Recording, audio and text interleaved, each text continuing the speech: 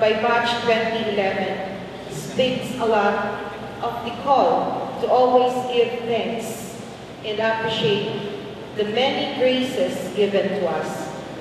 It also speaks of the challenges to go beyond self and think of others, to do everything in God's will, and remember that as stewards, we take care of our bounty for the good of mankind. It is but proper that we pay tribute to all who made the who I am question clearer in the state we are now, or you are now. Your mentors, whose ultimate goal is to continuously work harder to prepare you for a better future.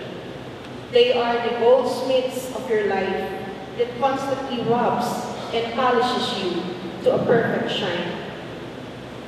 So we extend our warmest appreciation to them for the courage to press and push us whenever we needed one. Silliman University, our alma mater, for giving us the opportunity to experience holistic and Christian learning, and for giving us the distinction of excellence marked in our hearts as we leave its halls, makes my endless sleepless nights worth it. I would also like to thank personally Honorable Yolanda Arugay for gracing us with her presence today.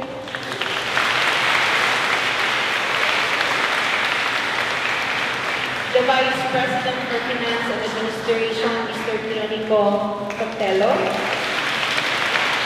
Reverend Jeremias Lagarit. Our Dean, Lorenda F. Cabati, for assisting as always. To the class advisors of Batch 2011, Professor Julie Bustillo, Professor Lorelai Bakay, and Professor Charlene Gilnet, for the untiring enthusiasm not only when we prepared for the event today, but also even when we started preparing ourselves for the NLE, and even when we were already there in Cebu, and you know how they really supported you. So let's give them a round. Whatever may be your thoughts that day, it surely brought out the best in you. Shine wherever you may go, and keep on believing that in God, everything is possible. Thank you.